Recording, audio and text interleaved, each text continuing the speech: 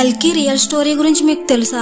కల్కి శ్రీ మహావిష్ణువు యొక్క అవతారం. శ్రీకృష్ణుడు అవతారం చాలించి ద్వాపర యుగం పూర్తయి కలియుగం ప్రారంభమయ్యే సమయంలో సృష్టికర్త అయిన బ్రహ్మ నుండి ఒక శక్తి పుట్టింది. ఆ శక్తి ఆధారంగా పుట్టిన 4 తరాల అన్నా చెల్లెళ్ళ తప్పుకు ప్రతిఫలంగా కలిపురుషుడు పుడతాడు. కలిపురుషుడు వల్ల విశ్వం మొత్తం ఎంతో క్షోభను అనుభవిస్తుంది. అప్పుడు దేవతలు భూమాత మహావిష్ణువు దగ్గరకు వెళ్లి అవతారం తీసుకోమని చెప్పగా, విష్ణు శంబలలో విష్ణుయసుడు సుమతి దంపతులకు కుమారుడు క్రింద పుడతాను అని చెప్తాడు. విష్ణు శంబలలో విష్ణుయసుడు సుమతి దంపతులకు వైశాఖ శుక్ల ద్వాదశి నాడు పుడతాడు.